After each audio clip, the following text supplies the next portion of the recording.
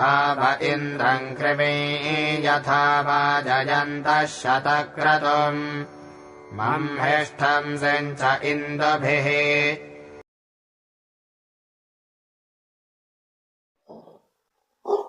आओ हम सब उपासना को इतनी सबल बनाएं। आओ हम सब उपासना को इतना सबल बनाएं, हृदय कूप को भक्ति भाव के जल से भरते जाएं। हृदय कूप को भक्ति भाव के जल से भरते जाएं। भक्ति भाव की सघन सिंचाई, भक्ति भाव की सघन सिंचाई साधक करिए वैसे। है किसान सिंचता फसल को कूप शरीर से जैसे। परम पराक्रमशाली है परमात्मा सबका स्वामी। बन जाएं बल प्राप्ति हेतु हम सब उसके अनुगामी। बन जाएं बल प्राप्ति हेतु धन अन्न प्राप्ति हेतु हम सब उसके अनुगामी। इस प्रकार उस शक्ति धाम से परम शक्ति पा जाएं। इस प्रकार उस शक्ति धाम से परम शक्ति पा जाएं।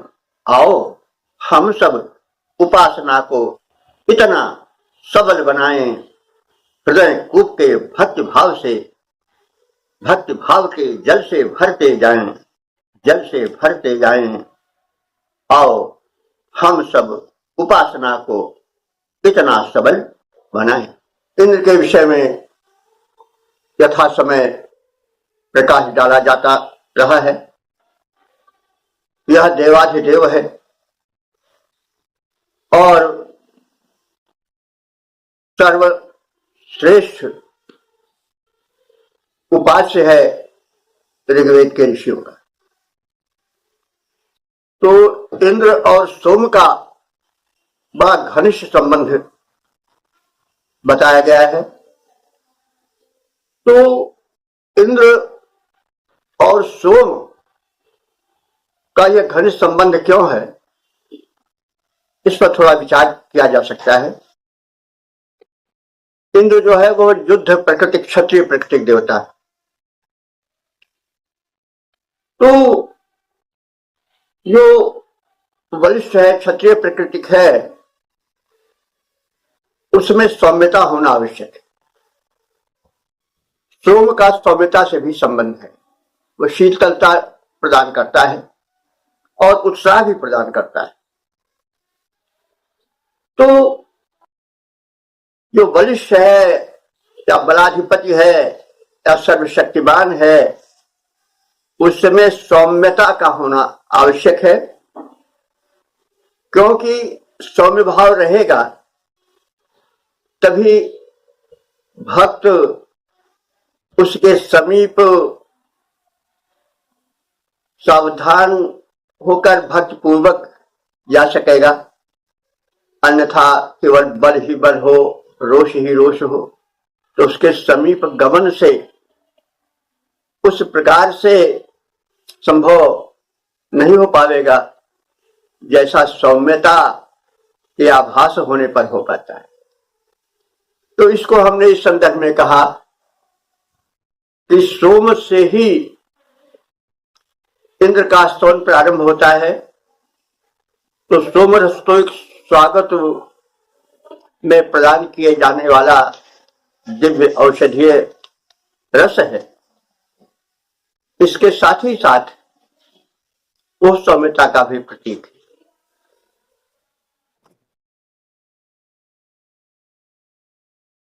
शतम् भाजशुचीनाम् सहस्रम् भासमाशिराम्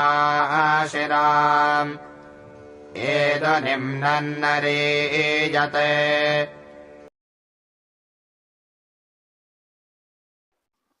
सौम्य प्रेम का भाव अत्यधिक प्रभु को प्यारा है। सौम्य प्रेम का भाव अत्यधिक प्रभु को प्यारा है। जैसे बड़े वेग से नीचे को जल है आता, वैसे प्रभु के पास भक्त का भक्ति भाव है जाता। प्रेम दुग्ध से मिलकर वो अतिशय रुचिकर बनता है। परमेश्वर को ग्राह्य बना उसके चित्त को हरता है। परम तृप्त परमेश्वर होता उसके द्वारा है। सौम्य प्रेम का भाव अत्यधिक प्रभु को प्यारा है। सौम्य भक्त का भाव अत्यधिक प्रभु को प्यारा है। इस प्रकार से सोम और भक्ति रस दोनों को मिला करके अर्थ को प्रस्तुत किया गया है और हमने मंत्र के भाव को इस प्रकार से जान लिया है। अब आगे के मंत्र की ओर हम प्रयास कर रहे हैं। संयन्मदाय शुष्मिण एनाह्यस्योदरे समुद्रो नव्यचो दधे। यह सौम्य सोमरस भक्ति भाव जो हर्ष विधायक है भारी। यह सौम्य सोमरस भक्ति भाव है जो हर्ष विधायक है भारी। अति रुचिकर परमेश्वर को, अति रुचिकर परमेश्वर को जो ऐश्वर्यवान जन हितकारी। जैसे समुद्र में जल आकर एकत्रित होता जाता है, जैसे समुद्र में जल जाकर एकत्रित होता जाता है, वैसे ही भक्ति भाव उमड़ा प्रभुवर के सम्मुख आता है। प्रभुवर के सम्मुख आता है। उसको अतिशय आनंदित करती भक्ति भावना सुखकारी। उसको अतिशय आनंदित करती भक्ति भावना सुखकारी। यह सौम्य सोमरस भक्ति भाव जो हर्ष विधायक है भारी, जो हर्ष विधायक है भारी।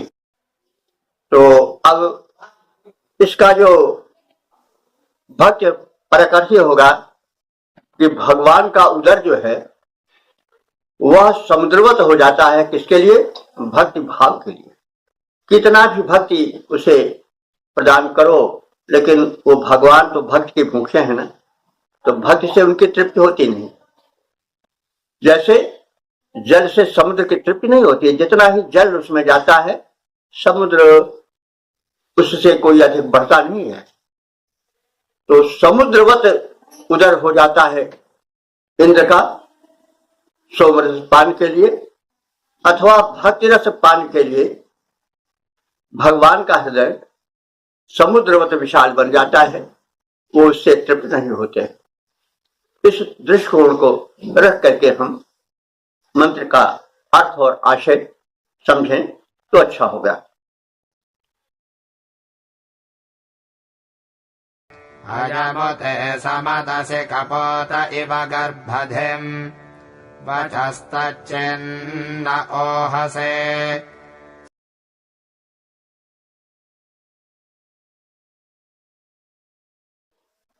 सुनो प्रार्थना मेरी भगवन, सुनो प्रार्थना मेरी भगवन, सुनकर करो विचार, सुनकर करो विचार।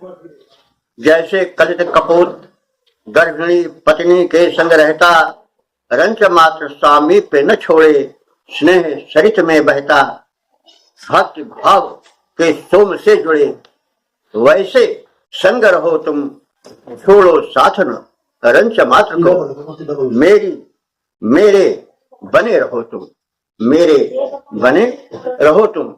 भक्ति भावना तुम्हें समर्पित, भक्ति भावना तुम्हें समर्पित। सुनिए देव उदार, सुनिए देव उदार, सुनो प्रार्थना मेरी भगवन, सुनकर करो विचार, सुनकर करो विचार।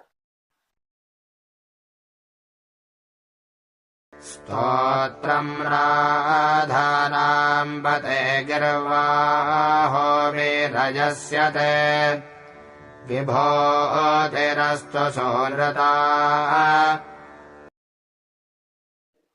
विपुल ऐश्वर्य के स्वामी, विपुल ऐश्वर्य के स्वामी, वीर अस्तुत्य बढ़कर हो। विपुल ऐश्वर्य के स्वामी, वीर अस्तुत्य बढ़कर हो। ध्यान पूर्वक सुनो भगवन, ध्यान पूर्वक सुनो भगवन। तुम्हारी प्रार्थना करता, तुम्हारी गाढ़ा स्तुति करे महिमोद्घाटन जो, तुम्हारी गाढ़ा स्तुति करे महिमोद्घाटन जो। प्राप्त परिचय तुम्हारा हो, प्राप्त परिचय तुम्हारा हो। भावना भव्य में भरता, भावना भव्य में भरता। सत्य स्तोत्र में आए, सत्य स्तोत्र में आए, प्रकट ऐश्वर्य हो तेरा। सत्य स्तोत्र में आए, प्रकट ऐश्वर्य हो तेरा। कथन में सत्यता आए, कथन में सत्यता आए, यही मैं ध्यान में धरता, विपुल ऐश्वर्य के स्वामिन वीर अस्तुत्य बढ़कर हो, ध्यान पूर्वक सुनो भगवान, तुम्हारी प्रार्थना करता।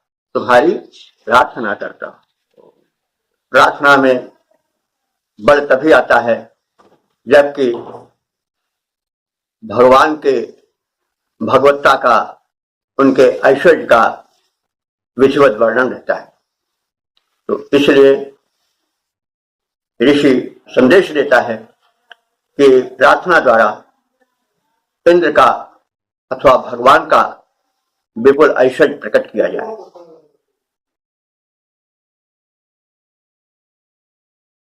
ऊर्ध्वस्तिष्ठान ऊतजेऽस्मिन्वाजे शतक्रतो समञ्जेष ब्रवावहै। शतशुभ कर्मों के कर्ता प्रभु, शतशुभ कर्मों के कर्ता प्रभु, हम तुमसे शक्ति मांगते हैं, अनुकूल हमारे बने रहो, तुमसे अनुरक्ति मांगते हैं। जीवन संग्राम छिड़ा भारी, उसमें मुझको जय मिल जाए, तुम खड़े रहो रक्षार्थ, नाथ मुझ पर न आँच आने पाए। इस समय प्रश्न रक्षा का है, उसमें न करो कुछ भी देरी, पश्चात अन्य विषयों पर फिर चर्चा होगी तेरी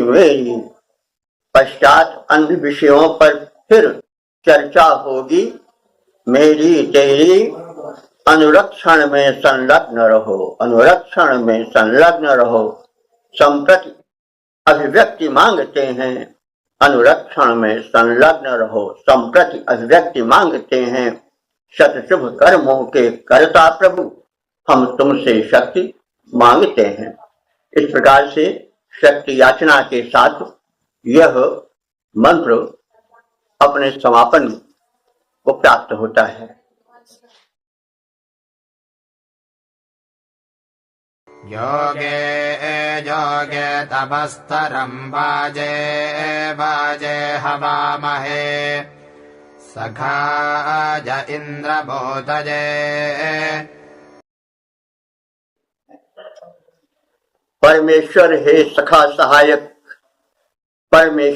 सखा सहायक, उसको ध्याते हैं। पर प्रत्येक परिस्थिति में हम टेर लगाते हैं। सत्कर्मों के शुभारंभ में और विकट संघर्ष काल में, संकट के क्षण में जब जाते उलझ भयंकर विपद जाल में, बलशाली उस शक्ति धाम को, सर्वेश्वर अतिशय राम को, तन मन धन के रक्षक अपने सखा सहायक पूर्ण काम को तब अपने रक्षार्थ मित्रवत निकट बुलाते हैं।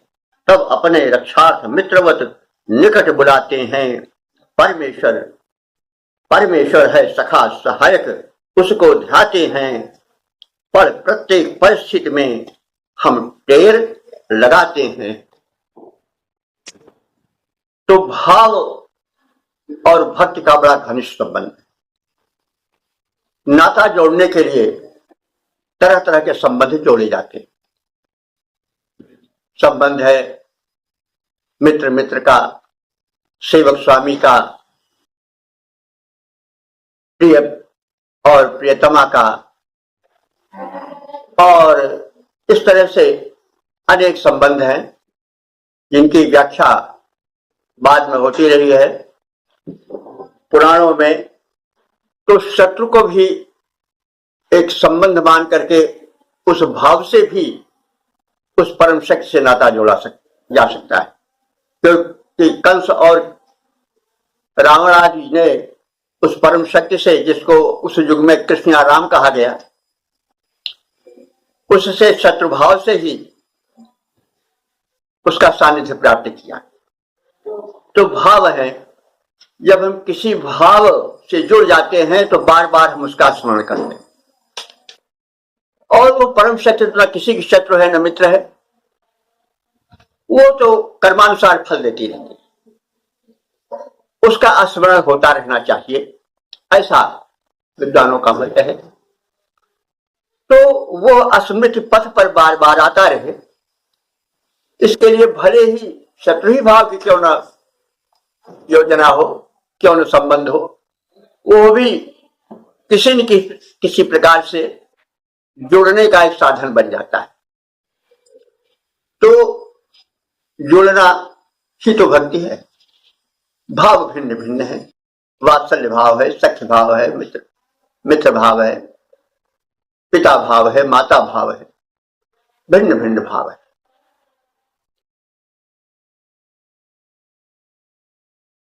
आघागमद्यदिश्रवत्सहस्रिणेभिरोतिभिः वाजेभिरुपनोहवम्। प्रेम पुकार हमारी जैसे प्रभु सुन पाएंगे, प्रेम पुकार हमारी जैसे प्रभु सुन पाएंगे, निश्चय है रक्षार्थ हमारे दौड़े आएंगे, निश्चय है रक्षार्थ हमारे दौड़े आएंगे। रक्षा के साधन सहस्र, रक्षा के साधन सहस्र, धन धान्य आज जो भी हैं उन सब को लेकर आएंगे। आवश्यकता हमको जिनकी है प्रेम पूर्ण आह्वान, प्रेम पूर्ण आवाहन न मेरा वे ठुकराएंगे, प्रेम पूर्ण आह्वान न मेरा वे ठुकराएंगे। प्रेम पुकार हमारी जैसे प्रभु सुन पाएंगे, निश्चय है रक्षार्थ हमारे दौड़े आएंगे। तो रक्ष रक्ष तमाम उदाहरण है इसके। जैसे आकुल भक्त पुकारता है, भगवान तत्काल दौड़ पड़ते हैं। चाहे थोड़ा हम पुराण की ओर जाएं तो कोई बुरा नहीं है, महाभारत की ओर जाएं तो कोई बुरा नहीं होगा। जैसे द्रौपदी ने पुकारा, भगवान ने तत्काल उसकी चीर बढ़ाई। गजराज ने पुकारा, ग्राह से आर्त होकर भगवान को, तो भगवान तत्काल आए। और ऐसा कहा जाता है कि गरुड़ पीछे छूट गए और भगवान गरुड़ से अपने वाहन से पहले पहुंच गए और उस गजराज की रक्षा की। तो ऐसा है कि जब थाक्यो ताक्यो प्रभु आए आधे नाम, जब निज बल करी थक गयो सरयो न एक्यो काम। पहले गजराज खूब लड़ा ग्राह से, बहुत विकट संग्राम हुआ, लेकिन जब उसकी शक्ति ने जवाब दे दिया तब उसने आर्त भाव से भगवान को पुकारा और भगवान तत्काल आए। और आए आधे नाम, जैसे हे भगवान हे कृष्ण जैसे कहा नहीं, आधा ही नाम निकला नहीं कि भगवान तत्काल आ गए। तो कहने का मतलब वेद की इन्हीं भावनाओं को बाद में पुराणों में, महाभारत आदि में पुष्ट किया गया है। तो इससे बंधुओं कुछ हमारे वेद प्रेमी हैं जो मतलब किन्हीं कारणों से ये नहीं सुनना पसंद करते कि वेद के पुष्ट के लिए किसी का उदाहरण दिया जाए। तो ऐसी बात नहीं है। तो वेद की भावनाएं ही सर्वत्र संक्रमित हुई हैं। वेद ने ही इस मंत्र से यह सिद्ध कर दिया है कि भगवान आने में देर नहीं करते हैं, तुम्हारे पुकारने में ही देरी होती है। तुम जैसे पुकारोगे वैसे वे पधारेंगे।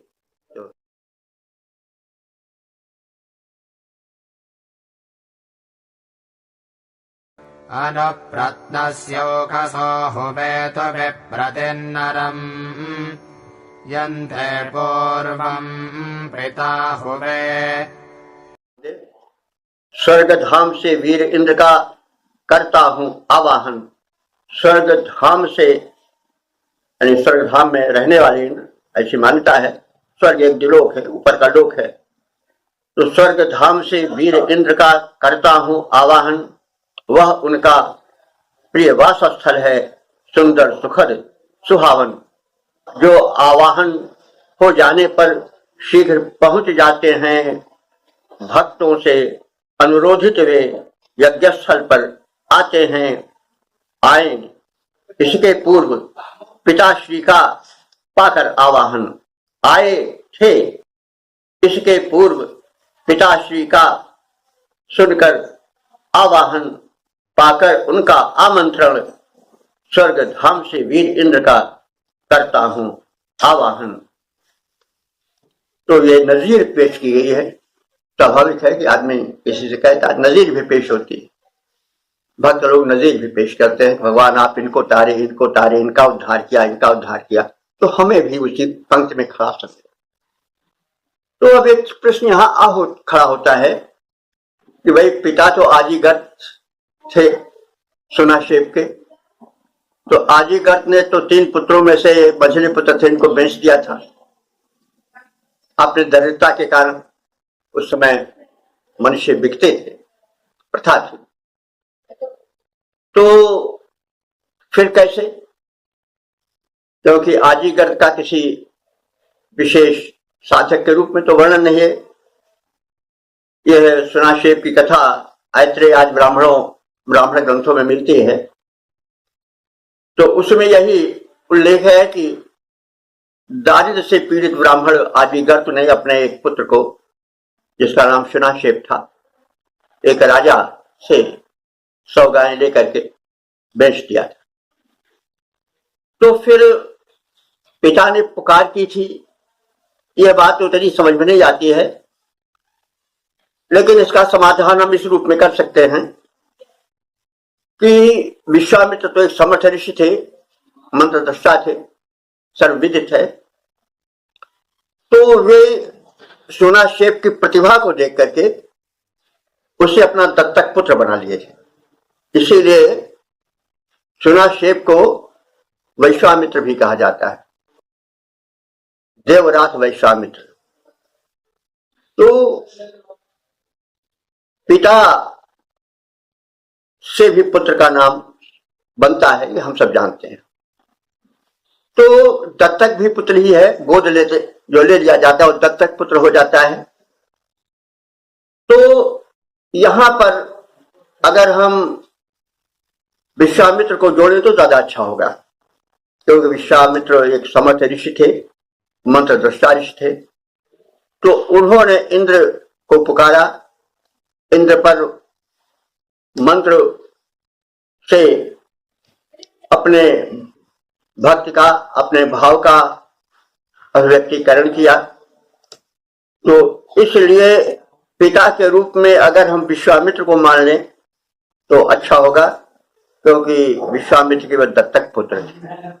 विश्वामित्र मंत्र दृष्टा थे और बार बार दिव्य शक्तियों को आवाहन किए हैं। उनके मंत्र चारों वेदों में सुलभ है।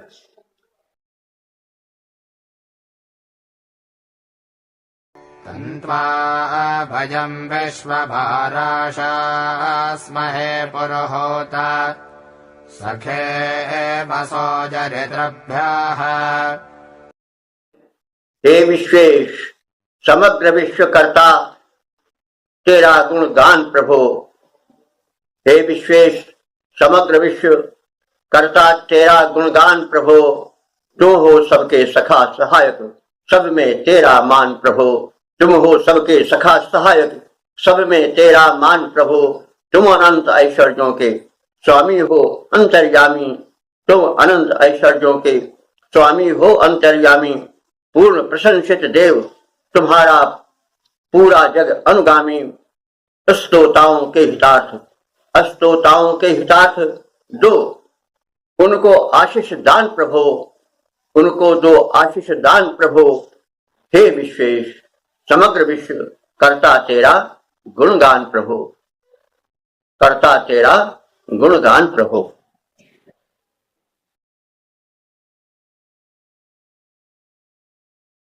अस्माकं क्षिप्रिणीनां सोमपा सोमपावनां सखे वज्रं सखीनां। सखे वज्रधर इंद्र हमारे तुम्हें सहायक हो। सखे वज्रधर इंद्र तुम्हें सहायक हो। तुम्ही हमारे प्रियतम हो, तुम ही उन्नायक हो। तुम्ही हमारे प्रियतम हो, तुम ही उन्नायक हो। सोमपान करता देवों में जितने मित्र हमारे, सोमपान करता देवों में जितने मित्र हमारे, तुम ही उनमें सर्वोत्तम हो। तुम ही सबसे प्यारे, तुम ही सबसे प्यारे। तो सुंदर गोधन दो हमको, सुंदर गोधन दो हमको। तुम अतिशय लायक हो, तुम अतिशय लायक हो। सखे वज्रधर इंद्र हमारे तुम्ही सहायक हो। सखे वज्रधर इंद्र हमारे तुम्ही सहायक हो। तुम्ही हमारे प्रियतम हो, तुम ही उन्नायक हो, तुम ही उन्नायक हो।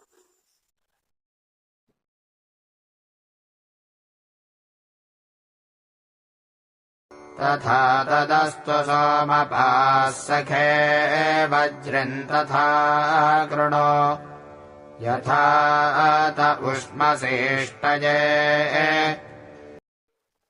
हम जैसा अभिलाष करें, हम जैसा अभिलाष करें, भक्ति भाव के भूखे भगवन वैसे आप करें। भक्ति भाव के भूखे भगवन वैसे आप करें। अतुल शक्तिधर भगवन जग में हम जो शुभ चाहें, अतुल शक्तिधर भगवन जग में हम जो शुभ चाहें उसे करें परिपूर्ण, उसे करें परिपूर्ण। हमारे आग्रह उचित निभाएं। हो अनुकूल घटित सब मेरे, हो अनुकूल घटित सब मेरे। बाधा सकल हरिण, बाधा सकल हरिण। हम जैसा अभिलाष करें, भक्ति भाव के भूखे भगवन वैसे आप करें, वैसे आप करें। हम जैसा अभिलाष भरें।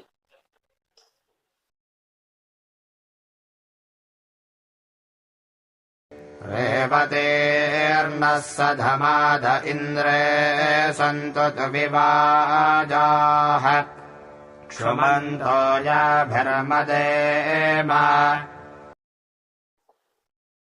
वन परमेश्वर के कृपा पात्र धन धान्य पूर्ण हम हो जाते। वन परमेश्वर के कृपा पात्र धन धान्य पूर्ण हम हो जाते। उनके प्रसाद से अतुलित धन वैभव पाकर हम सुख पाते। होकर प्रसन्न वे परमेश्वर, होकर प्रसन्न वे परमेश्वर गोधन पर्याप्त प्रदान करें। होकर प्रसन्न वे परमेश्वर गोधन पर्याप्त प्रदान करे। गायों के दुग्ध घृतादिक से विधिवत मेरा भंडार भरे। गायों के दुग्ध घृतादिक से विधिवत मेरा भंडार भरे। उपकार करें उन दाता की करुणा से हम सब कुछ पाते। उपकार करें उन दाता की करुणा से हम सब कुछ पाते। वन परमेश्वर के कृपा पात्र धन धान्य पूर्ण हम हो जाते। उनके प्रसाद से अतुलित धन वैभव पाकर हम सुख पाते। वैभव पाकर हम सुख पाते।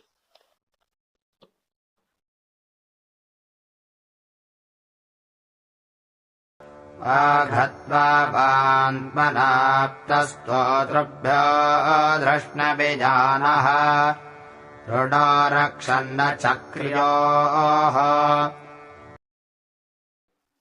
हे अरिमर्दन इंद्र देव तुम हो महान स्वामी। हे अरिमर्दन इंद्र देव तुम हो महान स्वामी। नहीं अन्य तुम सा, तुम ही तुमके समान स्वामी।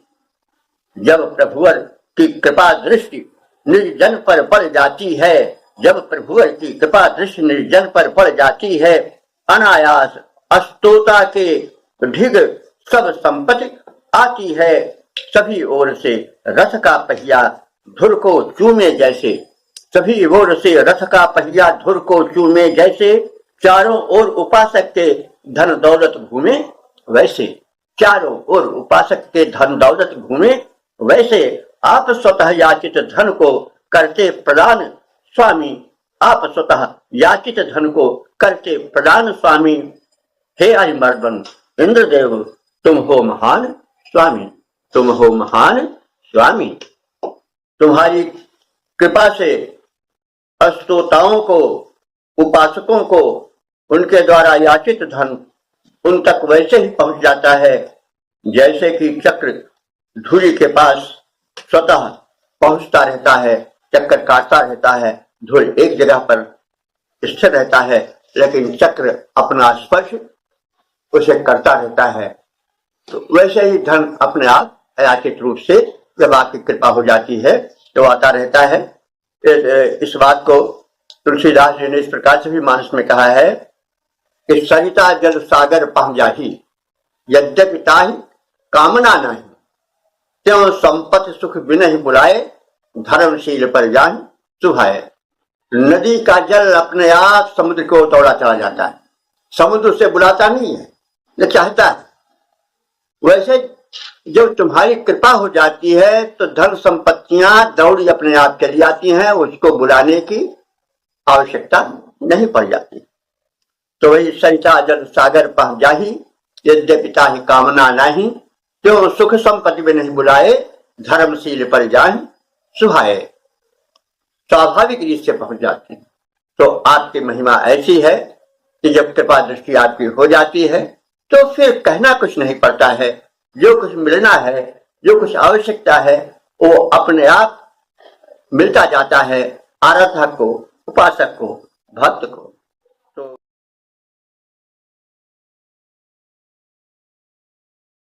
आयद्वशतक्रतवाकामञ्जरितॄणाम् ऋणो रक्षन्दशचेभिः।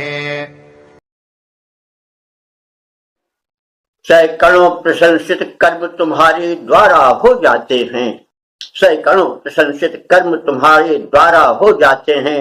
हे भगवान शुभ कर्मी तुमसे धन दौलत पाते हैं, हे भगवान शुभ कर्मी तुमसे धन दौलत पाते हैं।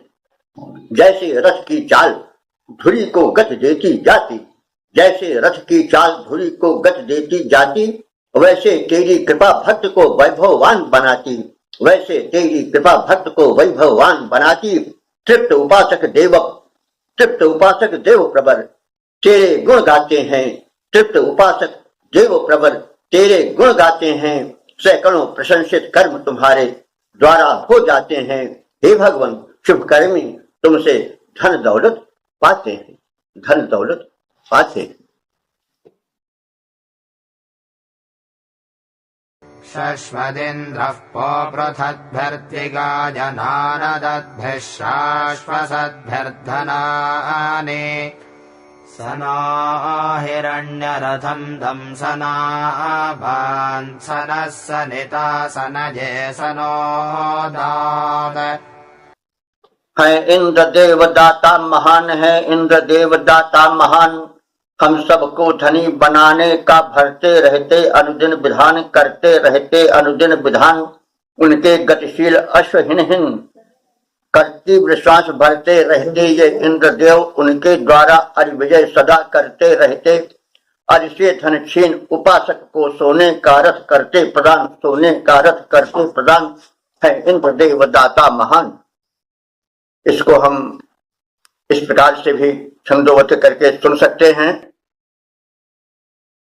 है सोने का रथ यह शरीर जिसमें इंद्रिय के घोड़े हैं, जो हैं बलशाली बहुत बड़े अनुदानों से जो जोड़े हैं। उस दानी इंद्र विधाता ने मानव का दुर्लभ देह दिया, उस दानी इंद्र विधाता ने मानव का दुर्लभ देह दिया, करके करके सब भांति समर्थ हमें निज अनुपम स्नेह प्रदान किया, निज अनुपम स्नेह प्रदान किया। हम सोने के रथ पर चढ़कर भवसागर पार उतर सकते, भवसागर पार उतर सकते।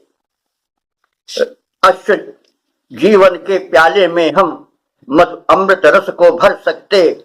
है सोने का रथ यह शरीर जिसमें इंद्रिय के घोड़े हैं, जो हैं बलशाली बहुत बड़े अनुदानों से जो जोड़े हैं। उनको समर्थ कर सतपथ पर, उनको समर्थ कर सतपथ पर हम विश्व विजय भी कर सकते। हम विकट संकटों को सारे उनके द्वारा हैं हर सकते, हो कर्मठ सतत सतपथगामी, हो हम कर्मठ सतपथगामी, मिट्टी को सोना कर सकते, हो कर्मठ सतपथ के गामी, मिट्टी को सोना कर सकते, हम सोने के रथ पर चढ़कर भवसागर पार उतर सकते, नश्वर जीवन के प्याले में हम मधुर अमृत रस भर सकते, हम मधुर अमृत रस भर सकते। तो यह सोने का रथ है। इस सोने रथ की बड़ी महिमा है। भक्त कवि महात्मा तुलसीदास जी ने मानस में कहा है, इस स्वर्ण रथ की, इस कंचन काया की महिमा का वर्णन किया है और कहा है कि वह परमात्मा कबहु कर करुणा नर देहि नाथ बिनु हेतु सने ही, साधन धाम मोक्ष कर द्वारा, साधन धाम मोक्ष कर द्वारा, जो न पाई नर देह संवारा, सो परत दुख पावई सिर धुनि धुनि पछताई, और कर्म ही ईश्वर 12 दोष लगाई, कर्म ही भाग ही ईश्वर ही बारंबार दोष लगाई, सो परत दुख पावई सिर धुन धुन पछताई, और भाग ही कर्म ही ईश्वर ही मिथ्या दोष लगाई। तो इस प्रकार से इस मानव शरीर की महिमा का उद्घाटन इसमें किया गया है। यह परम मूल्यवान है, सामर्थ्य से भरा हुआ है। इसका सदुपयोग हम आत्म कल्याण और लोक कल्याण के रूप में करें। केवल विषयों के पीछे हम अपने इंद्रिय घोड़ों को दौड़ाते रहेंगे तो अंत में हमारे हाथ कुछ नहीं लगेगा और हम पछताने के अतिरिक्त कुछ नहीं पा सकेंगे। तो ऋषि ने सावधान किया है कि परमात्मा प्रदत्त इस स्वर्ण रथ कंचन काया को हम उपयोग में लाकर आत्म कल्याण करें, लोक कल्याण करें, विश्व कल्याण करें और इंद्रिय के घोड़ों को यों ही विषयों की ओर मिथ्या न दौड़ाएं, उन्हें संयमित रखें। ये बड़े प्रबल है, ये भी संकेतित है इस मंत्र में।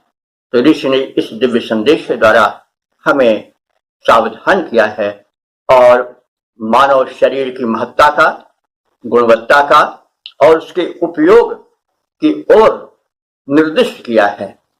हम ऋषि के आभारी हैं, वेद के आभारी हैं। हमें वेद मंत्र पर विधिवत विचार कर स्वयं को, समाज को और विश्व को धन्य बनाने की चेष्टाओं से युक्त होना चाहिए। इति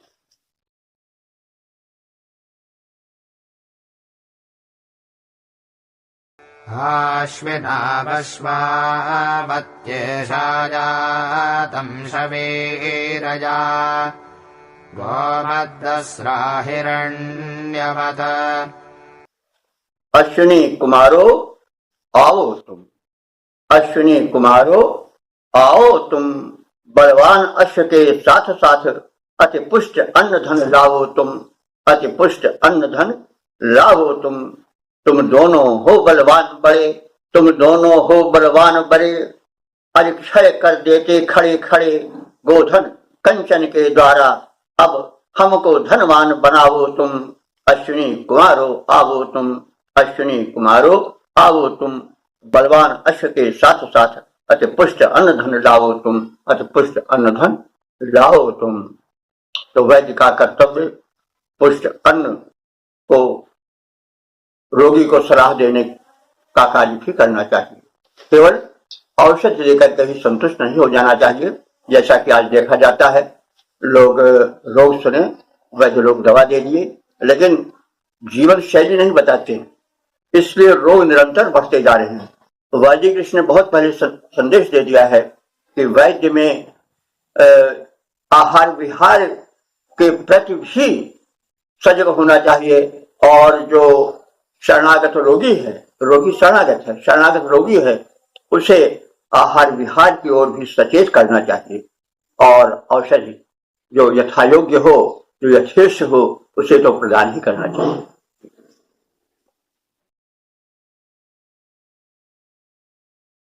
समानयो जनो हि वां रथो दस्रावमर्त्यः समुद्रे अश्विने यते। अश्विनी कुमारों, तुम दोनों का रथ अति दिव्य सुहाता है। अश्विनी कुमारों, तुम दोनों का रथ अति दिव्य सुहाता है। जब साथ साथ चलते हो तुम, सबके मन को वह भाता है। जब साथ साथ चलते हो तुम, सबके मन को वह भाता है। जो योजित होता एक साथ, जो योजित होता एक साथ, जो अप्रतिहत गति वाला है, जो अप्रतिहत गति वाला है, जल थल नभ तीनों में चलता, अतिशय सुख देने वाला है, अतिशय सुख देने वाला है। तुम दोनों शत्रु विनाशक हो, तुम दोनों शत्रु विनाशक हो, सब दुख दूर हो जाता है। तुम दोनों शत्रु विनाशक हो, सब दुख दूर हो जाता है। अश्विनी कुमारों, तुम दोनों का रथ अति दिव्य सुहाता है। तुम दोनों का रथ अति दिव्य सुहाता है।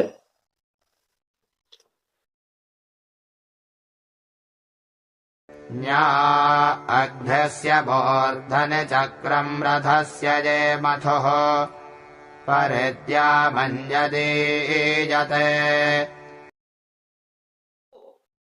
अश्विनी कुमारों, तुम दोनों उपकार सभी का करते हो। अश्विनी कुमारों, तुम दोनों उपकार सभी का करते हो। अवनी अंबर दोनों में जा, अवनी अंबर दोनों में जा, दुख सबके हरते रहते हो। रथ का जो एक चक्र है वो पर्वत तल पर शोभा पाता, रथ का जो एक चक्र है वो पर्वत तल पर शोभा पाता, जो है दूसरा चक्र दिलोक में जाता देखा जाता है। यो अपना अनुदान उभय लोकों में तुम भरते रहते हो। अवश्य अश्विनी कुमारों, तुम दोनों उपकार सभी का करते हो। तो इस प्रकार से हम यह समझ सकते हैं कि अश्विनी कुमार जो हैं वह त्रिलोक व्यापी हैं। अगर हम चाहें तो इसे पर्वत वाले भाग को हम कह सकते हैं मस्तिष्क वाला भाग। तो अश्विनी कुमारों का जो मस्तिष्क वाला भाग है, दिलोक वाला भाग है, वो विशेष ज्योतिष है, वो विशेष उनके दृष्टि में रहता है। क्योंकि मस्तिष्क का जो लोक है वो दिलोक है और यहीं से पूरा शरीर संचालित होता है। जो कुछ होता है मस्तिष्क के द्वारा ही होता है। मस्तिष्क जब तक सक्रिय रहता है तब तक रोग नहीं आने पाता है। मस्तिष्क में स्वयं ऐसी शक्तियां हैं कि वे अपने प्रभाव से समस्त रोगों को विनष्ट कर सकती है। मस्तिष्क जब निष्क्रिय हो जाता है तो रोग अपने आप आ जाते हैं। यह दिलोक है, यहीं से ऊर्जा का क्षरण होता, ऊर्जा का वितरण होता है। इसलिए जो अश्विनी कुमारों की गति है वो दिलोक में विशिष्ट रूप से है। वे दिलोक से उतर करके अंतरिक्ष लोक से भूलोक पर आते हैं। उनकी आरोग्य वर्धक जो शक्ति है वो मस्तिष्क से लेकर के फिर वक्षस्थल पर आती हुई और फिर अंगुश तक फैलती रहती है और शरीर जो है पूर्ण रूप से आरोग्य इसी माध्यम से पाता है। प्राणवायु के रूप में वे मस्तिष्क में जा करके मस्तिष्क के नस नाड़ियों को पुष्ट करते हैं और वहां से आरोग्य फैलता रहता है। मस्तिष्क ही कमांड पर सब कुछ होता है। मस्तिष्क ही कमांड से हृदय धड़कता है, सारी प्रक्रिया होती है। और मस्तिष्क में ऐसी शक्तियां हैं कि वे जागृत हो जाएं तो रोग शोक कहीं आ ही नहीं सकता है। तो इसलिए अश्विनी कुमार जो है दिलोक में विशेष गतिशील हैं और दिलोक से वे भूलोक पर, अंतरिक्ष लोक और फिर भूलोक पर उतरते हैं। ये वैज्ञानिक संदेश इन सब मंत्रों में देखा जा सकता है। कस्त उषः कधः प्रिजे भुजे मर्तो अमर्त्ये कन्नक्षसे विभावरे। नव चेतना प्रदायिनी उषे महिमा अतुल तुम्हारी, पा तेरा अनुदान कौन होता है मनुज सुखारी। तुम तेजो में अजर अमर हो अमरत्व लुटाती। तुम तेजो में अजर अमर हो अमरत्व लुटाती। तेरा सेवन जो करता उस पर प्रसन्न हो जाती। अस्तुति प्रिय, तुम यही चाहती सब ले लाभ तुम्हारा। तुमसे स्वास्थ्य और नव जीवन पा सकता जग सारा। पर प्रमाद आलस्य अधिक में कौन लाभ पाता है, किसे प्राप्त हो पाती हो तुम, कौन पास जाता है। तेरे लाभों से वंचित होते आलसी दुखारी, तेरे लाभों से वंचित होते आलसी दुखारी। नव चेतना प्रदायिनी उसे महिमा अमित तुम्हारी। वयं हिते अमन्मह्यान् दादापरागात् अश्वेन चित्रे अरुषे। हे उसे हम जान न पाते महिमा अमित तुम्हारी। हे उसे हम जान न पाते महिमा अमित तुम्हारी। अतः लाभ से वंचित हम हो पाते नहीं सुखारी। अतः लाभ से वंचित हम हो पाते नहीं सुखारी। तेरे गर्भ मध्य किरणें हैं, तेरे गर्भ मध्य किरणें हैं आभा तेरी न्यारी। दूर या निकट रहकर भी जो महिमा तेरी भारी, दूर या निकट रहकर भी जो महिमा तेरी भारी। उसे न पाते समझ लाभ से वंचित हो नर नारी, उसे न पाते समझ लाभ से वंचित हो नर नारी। तन मन से न स्वस्थ हो पाते रहते बने दुखारी, तन मन से न स्वस्थ हो पाते रहते बने दुखारी। हे उसे हम जान न पाते महिमा अमित तुम्हारी, महिमा अमित तुम्हारी।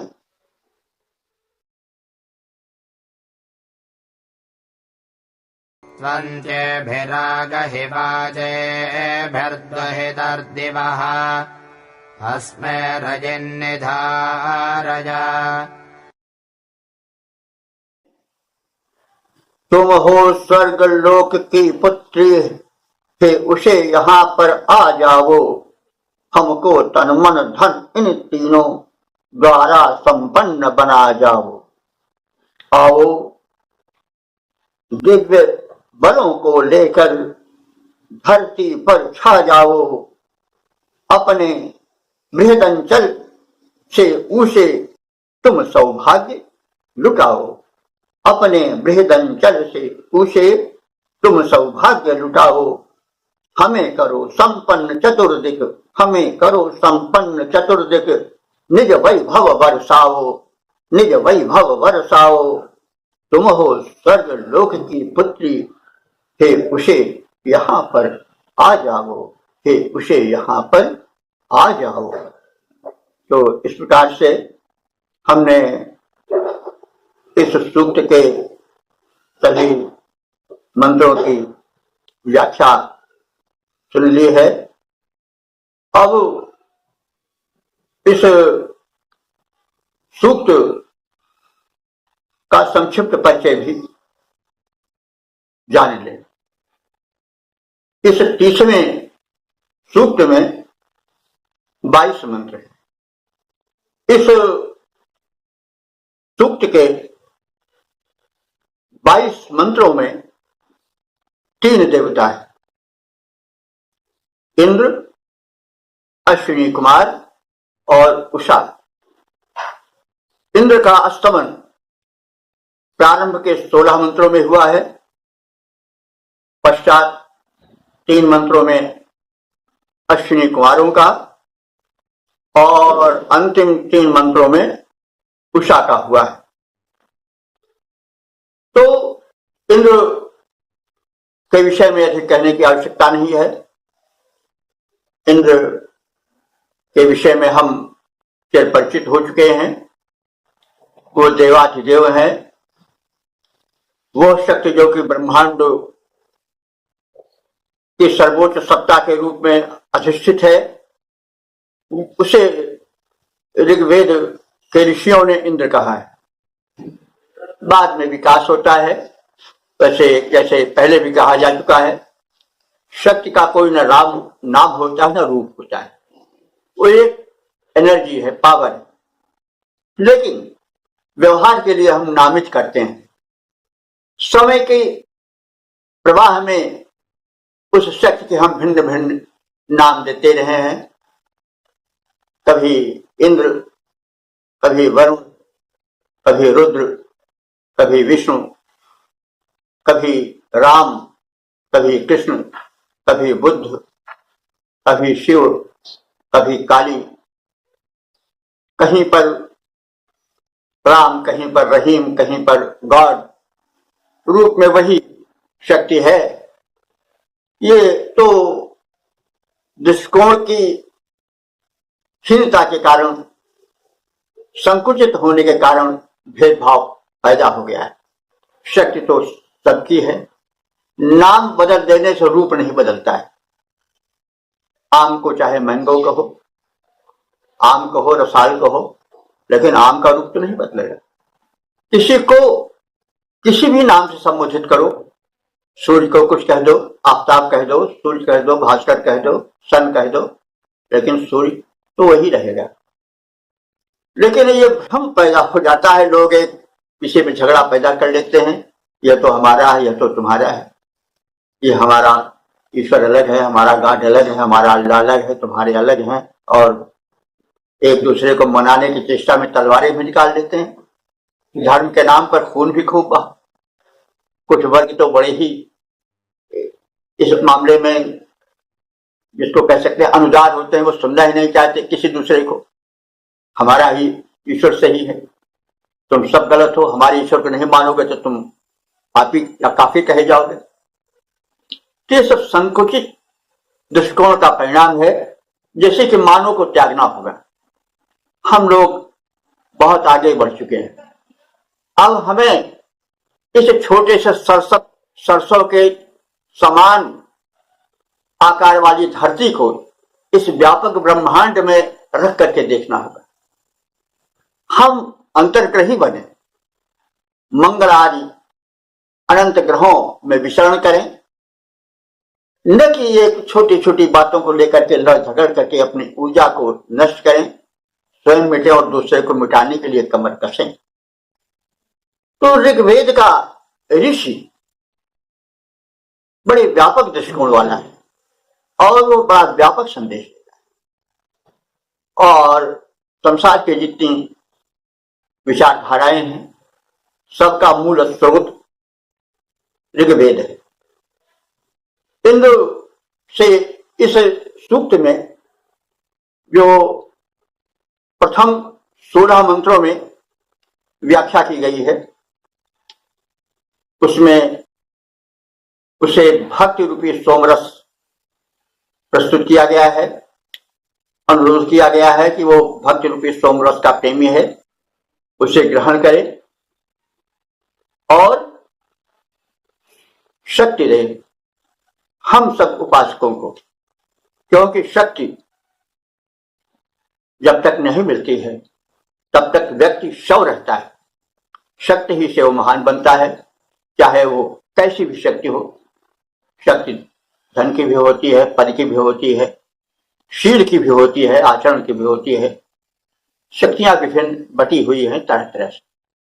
तो शक्ति चाहता है और शक्तिमान की अनुकूलता बड़ी आवश्यक है। जिसके पास जो है वही तो दे पावेगा।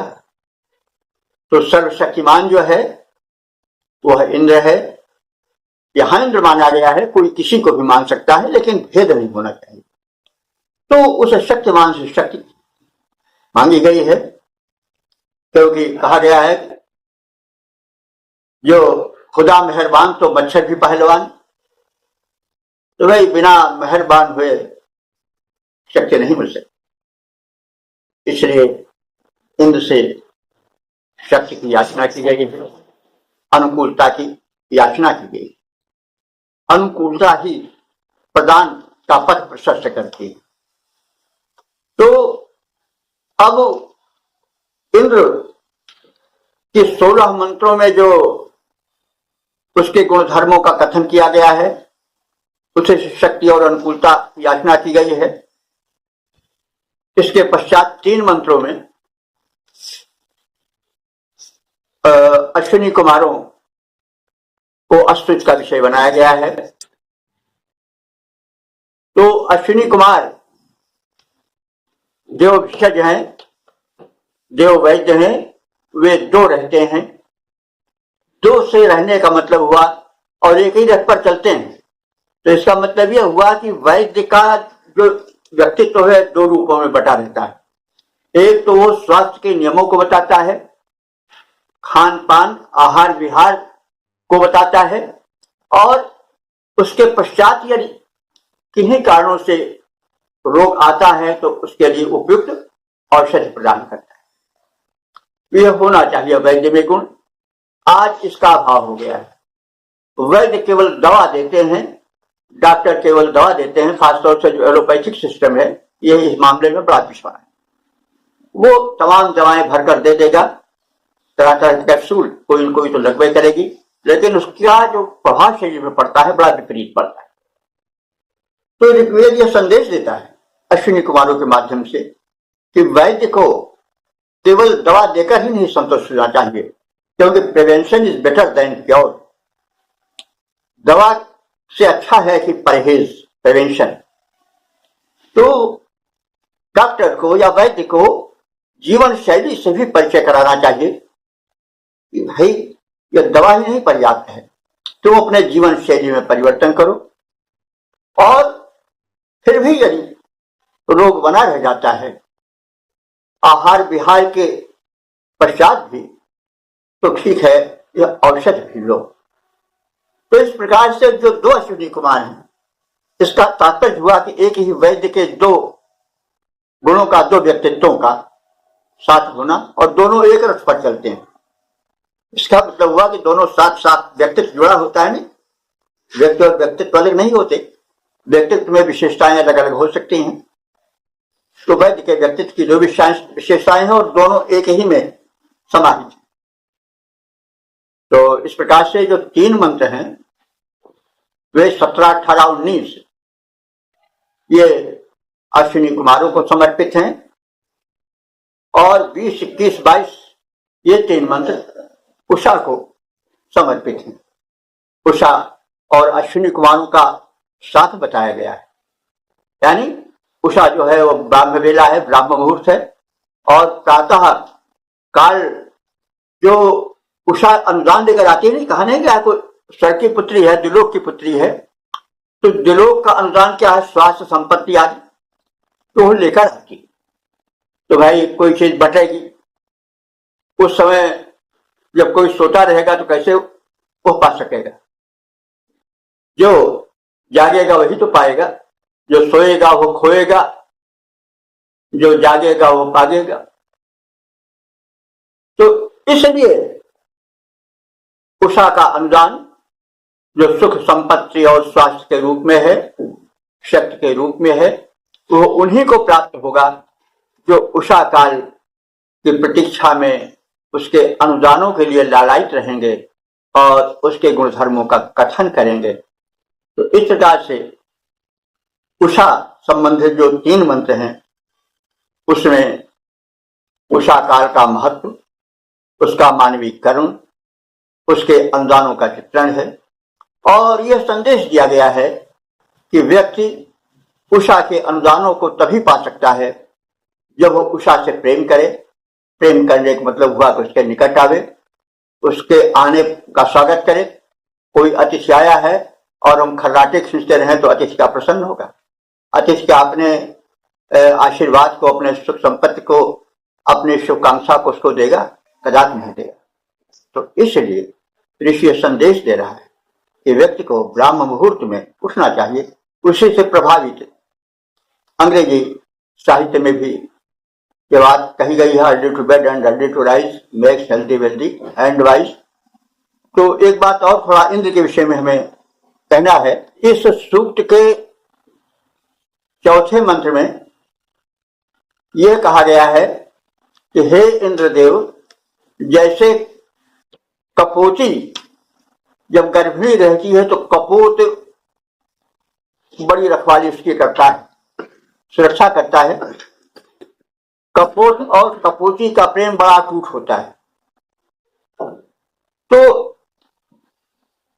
इंद्र के बीच में और उपासक के बीच में कपूत और कपूती का संबंध कहने का आशय यह है कि इसी विचारधारा से बाद में जो परमात्मा से जुड़ी है मधुर भाव की उपासना, वो है। उपासना के विविध रूप हैं। एक रूप है प्रेमी और प्रेमिका का, पति और पत्नी का। मीराबाई की उपासना में वही बात है। किसी हद तक गोपियों के प्रेम में भी वही उपासना है। जीव जो है वो गोपी है, जो ब्रह्म है वो कृष्ण है, परमात्मा है। कबीरदास जी भी निर्गुण संत हैं, तो निर्गुणों पर भी वेद की भावना बोलती है, क्योंकि सत्य तो सत्य है, वो सबके हृदय में आते हैं। वेद का विरोध एक अलग की बात रही, वो तो हमने कभी बताया है, कभी फिर बताते चलेंगे। लेकिन प्रभावित उससे सभी हैं। उन्होंने कहा है कि हरि मोर पियो मैं हरि की बहुरिया। मेरे प्रियतम जो कौन है? हरि है, राम है, भगवान है। अगर उस समय की भाषा में कहें तो इंद्र है। तो हरि मोर पियो मैं हरि की बहुरिया। और दुल्हनी गाओ मंगलाचार हमरे घर आए, राजा राम भरतार तन रच कर मैं मन रच करी हूं, पांचों तत्व बराती, रामदेव संग भावर ले हो जो वन बनवाती। और जो विरह में डूब करके कहते हैं कि सुखिया सब संसार है, खावे और सोए, और दुखिया दास कबीर है, जागे अरु रोए। लोग सोते हैं, खटाटे खींचते हैं, मैं उसकी याद में रोता रहता हूं। तो सुखिया सब संसार है, खावे और सोए, दुखिया दास कबीर है, जागे अरु रोए। कई बरहिन को मीच दे, कई आपा दिख राई, रात दिवस का दाझना मोते सहा न जाए। कभी यहाँ बच्चे देने कोमल बन जाती है, वो कभी जो अतुल्य वाणी बरसाते हैं पाखंड के खंडन में, वही जब भक्ति भावना में आते हैं तो कितने कोमल हो जाते हैं। कई बरहिन कई मीच दे, इसको या तो मौत दे दो, कई आपा दिख राई, क्योंकि रात दिवस का दाझना मोते सहा न जाए। दिनों रात की यह तड़फन तो मुझसे बर्दाश्त नहीं होती है। तो यह रूप गोस्वामी ने तो एक भक्ति रसोई अलग निकाल दिया, स्वतंत्र कर दिया, और उसमें प्रेमा भक्ति को बड़ी महत्ता दी गई है। तो इतना सब कहने का मतलब है कि भक्ति के जो विविध रूप बाद में विकसित हुए, उन सबका जो अंकुरण है वो ऋग्वेद में सुलभ है, जिसका हम जब तक संकेत करते चलते हैं। तो इस प्रकार से वेद के व्यापक अध्ययन से उसमें गूढ़ अर्थ के परिज्ञान द्वारा हम आत्म कल्याण करें और विश्व कल्याण करें, यह अनुरोध हमारा